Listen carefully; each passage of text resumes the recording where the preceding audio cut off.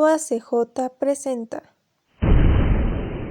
la historia detrás de la educación. Paulo Freire.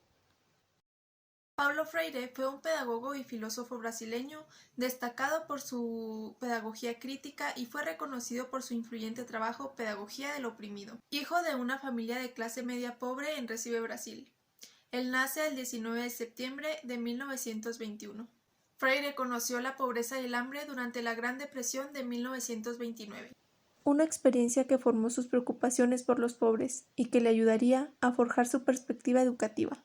Fue exiliado durante el tiempo que estaba siendo ministro de Educación en Brasil, ya que la pedagogía de Freire resultaba ser una amenaza para los nuevos gobiernos que estaban entrando, ya que su primera preocupación o su primer objetivo era la alfabetización. Y para él, alfabetizar era concienciar y despertar de la conciencia. ¿Y cómo veía él la analfabetización? Él lo veía como una hierba dañina que necesitaba ser erradicada, o como si fuera una enfermedad que pasa de uno a otro, como si fuera un contagio. Pero ¿qué pasa? Que a las personas no se les permite existir para ellos, sino para otros en función de otros. ¿Y qué quiere decir esto? Que los opresores no dejan a los oprimidos a que se expresen, a que indaguen o que se cuestionen. Pero la palabra no es un privilegio de algunos, sino un derecho fundamental de todos. Y como lo menciona, la verdadera educación es el diálogo.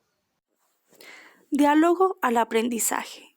Al trabajar el diálogo, el docente hace que los alumnos tengan más oportunidad de expresar todas sus ideas, dudas, sin ser juzgados, creando un ambiente de aprendizaje sano, ya que los alumnos pueden expresar todos sus sentimientos e ideas y dudas que tienen durante la clase o durante algún tema, sin que sus compañeros puedan llegar a burlarse de él.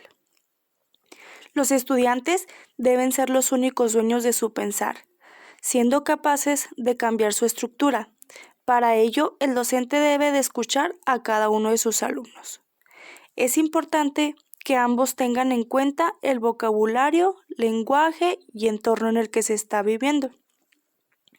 Es importante que para llevar un diálogo se le motive al alumno, creando confianza para que cada uno saque las conclusiones que tiene acerca del tema. El alumno se desenvuelve según sus necesidades.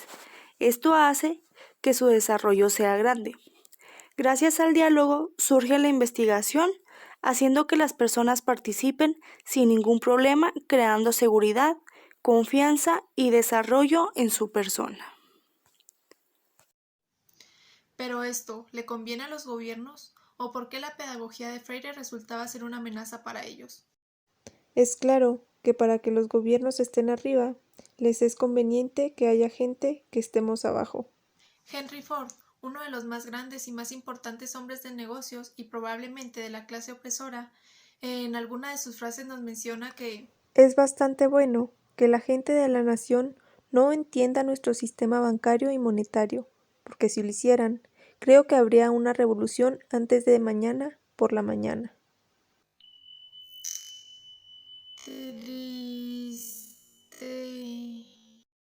Veamos qué nos dice el libro La educación como práctica de la libertad sobre cómo se da la libertad en la educación.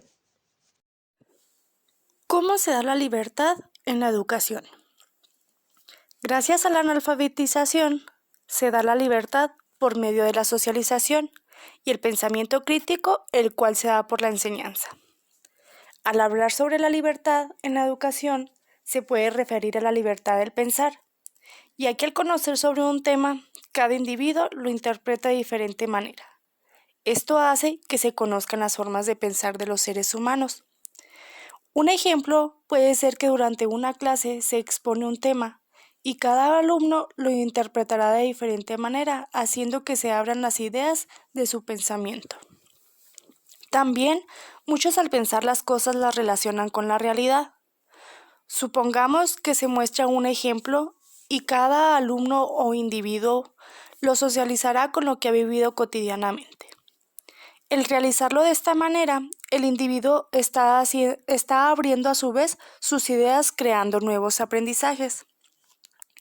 El docente tiene la habilidad de cambiar a los alumnos y crear nuevas herramientas y estrategias para romper con lo tradicional. Es importante que se tenga en cuenta esto, ya que durante muchos años se ha vivido una escuela tradicionalista donde el alumno solamente debe de hacer caso a lo que el docente le indica.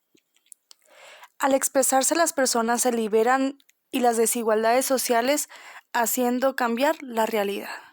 Freire busca una nueva pedagogía, una nueva sociedad, un nuevo hombre y un nuevo mañana. Y la pedagogía del oprimido se convierte en la práctica de la libertad, porque normalmente el oprimido sufre la deshumanización, pérdida de la esperanza, pérdida de la autoestima, a lo que lleva a actitudes destructivas. Se encierran en actitudes de que nadie lo puede cambiar o que así lo quiere Dios, o en la incapacidad, en el no puedo, no conozco, soy torpe, pero esto se lleva a la dominación o a la domesticación, y es lo que los opresores quieren: adormecer la conciencia, infundir temor, generar confusión y acostumbrarlos a no opinar. Mientras los opresores están convencidos de ser más, los oprimidos están convencidos de ser menos. Los opresores son quienes mandan y los oprimidos quienes obedecen. Los opresores saben todo y los oprimidos no saben nada. Los opresores sienten que su deber es dominar y oprimir, y los oprimidos sienten culpa y vergüenza por su situación. Por tanto, se acomodan a esa realidad. ¿Y a ti, a qué método de enseñanza te suena esto? La escuela tradicionalista es un modelo donde todos los alumnos son iguales, donde en este caso se recibe el mismo tipo de educación, dándose en las mismas circunstancias y dándose las mismas oportunidades. Se utiliza la memorización.